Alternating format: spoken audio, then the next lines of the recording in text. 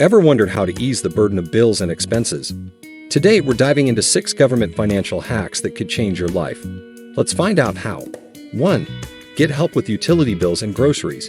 If you are struggling to keep up with utility bills and groceries, discover how programs like alap and SNAP can put money back in your pocket. 2. Find money for childcare. If childcare costs strain your budget, explore how the Child Care and Development Fund supports families like yours. 3. Recover unclaimed money. Did you know there might be unclaimed money waiting for you? Don't miss out on what's rightfully yours. 4. Get down payment assistance for a home dreaming of owning a home. Learn about down payment assistance programs that could make your dream a reality. 5. Find tax credits for high health insurance costs. Discover how tax credits can lower your premiums and save you money. 6. Apply for college grants thinking about college.